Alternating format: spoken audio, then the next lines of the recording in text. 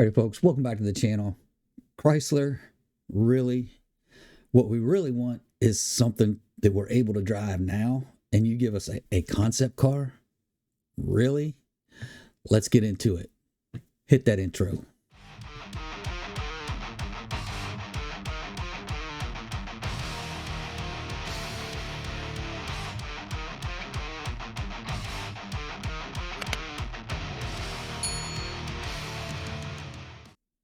Alrighty, folks, welcome back to the channel. Welcome back to the vlog. Appreciate y'all tuning in, watching the video. Today, we're going to talk about the Chrysler Halcyon and the concept car that they gave us. Vice, something we want and we want to drive now. So here we go. So taking some of this off of Auto Week's article. So Chrysler's all-electric Halcyon concept with its dramatic looks, sleek interior, steering column that retracts for automatic driving mode, lithium sulfur batteries that are supposed to be designed for this inductive charging, so literally charging while it's on the road. Who knows if that's ever going to come into existence? Look at the charging up of EVs now. It's so difficult. It's crazy. So don't confuse this of Chrysler's future EV lineup that's supposed to be coming the end of this year and go into sale next year. So this is an entirely different concept car, totally built for the future.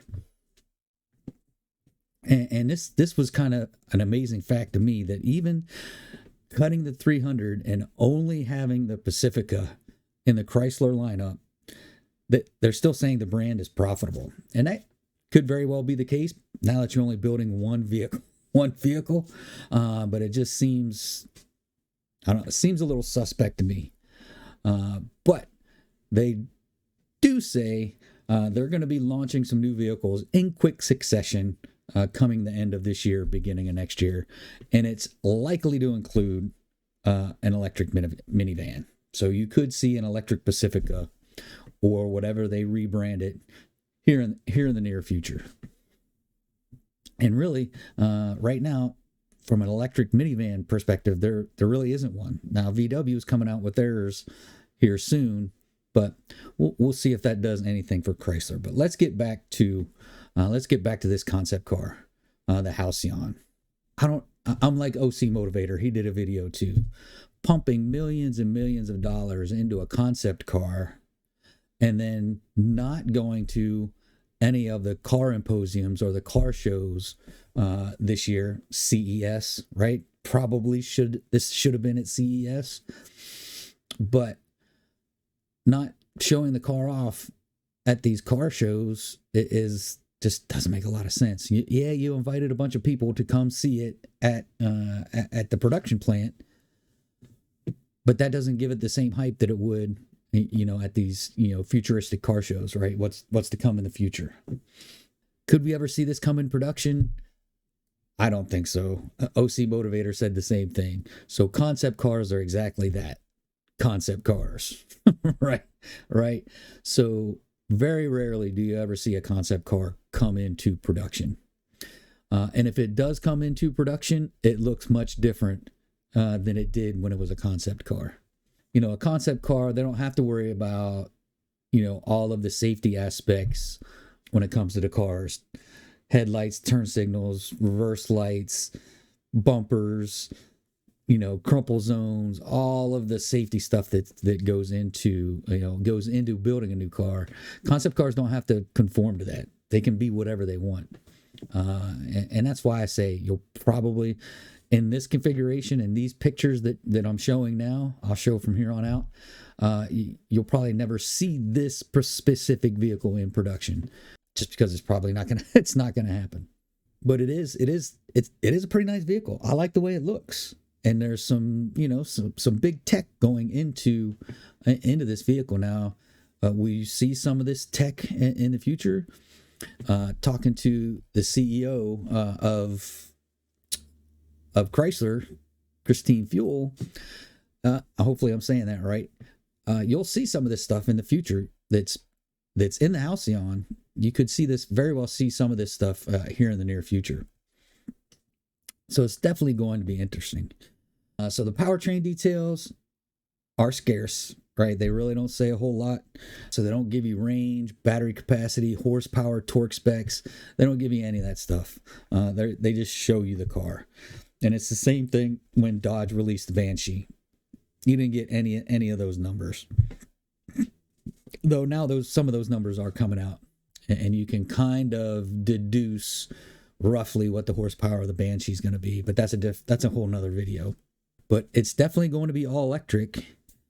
Again, Stellantis producing an electric car that Americans really don't want, right?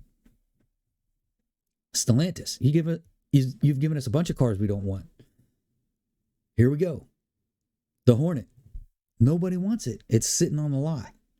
The Banshee in its electric form. I'm telling you, nobody wants it. At least us hardcore internal combustion V8 guys. And there's a lot of us. There's a lot of us. We're not the whole market, but we're a good chunk of that market when it comes to muscle cars. And building another all electric vehicle, I just don't see it, Chrysler. I don't see it. So just looking on the outward appearance and the way the doors open up, the sleek styling, I like the looks of the car. The car looks amazing. And you can say that for, again, a lot of concept vehicles, because you're never really going to see it in that form if it ever does come out. But the car does look great. All right. I got to give them that. So let's talk about the future of Chrysler real quick. And talking with, this is coming from Auto Week, talking to Christine Fuel, the CEO of Chrysler. And so there was talk about this airflow coming out at the end of the year, and she specifically states it's not going to be called airflow. So you can be guaranteed whatever comes out at the end of the year is not going to be called airflow, and it's not going to be imported from Europe.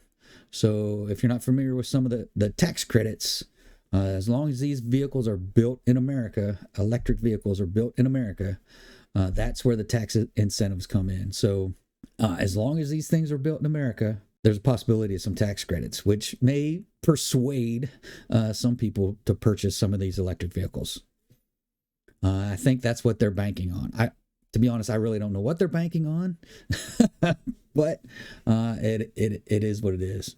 So they are targeting 400 miles of fully charged range, which that's a pretty healthy fully charged target to go 400 miles. That's a pretty good range. Can they make that 400-mile range? I don't know. So she did talk about also Chrysler going into the hybrid as well. Part internal combustion and part electric, which I don't really think is going to ease anyone into, buying these cars. It's almost a hard line when you talk about electric vehicles and you talk about ICE vehicles, internal combustion engines. It's a hard line. Either you are or you're not. Either you're EV or your internal combustion. So it'll be interesting to see what Chrysler does, how they bring this stuff out, and really what they do. So she's really banking on the best of both worlds, a plug-in hybrid vehicle. I'm not sure how that's going to go over. We'll see.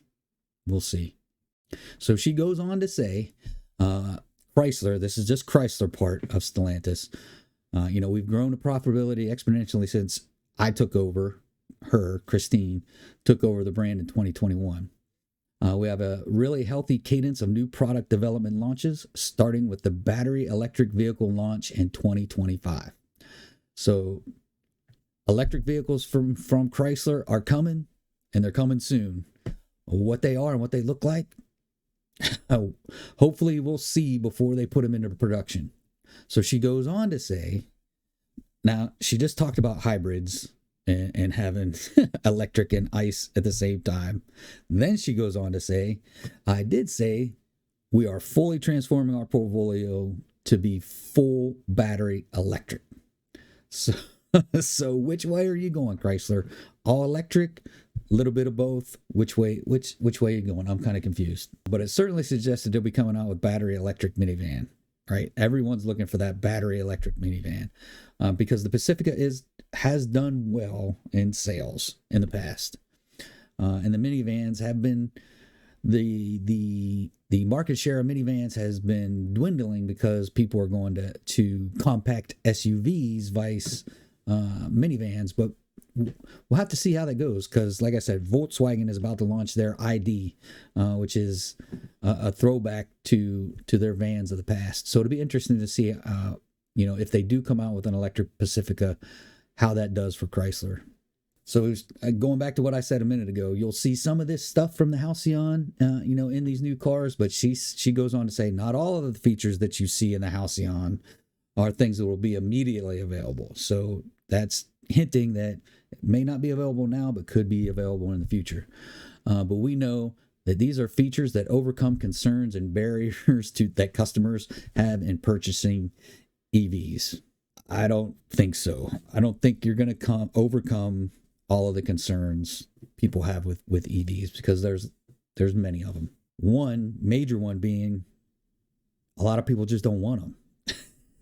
Let's cut to the chase and go straight to the point. You're going to have a tough time getting over that barrier alone, just people wanting to buy EVs, let alone, again, you've seen articles in the past. I've done a video in the past. Literally, our electric grid is not ready for every American to have an electric vehicle like they are in Europe. We're just not set up for it. We're not ready for it.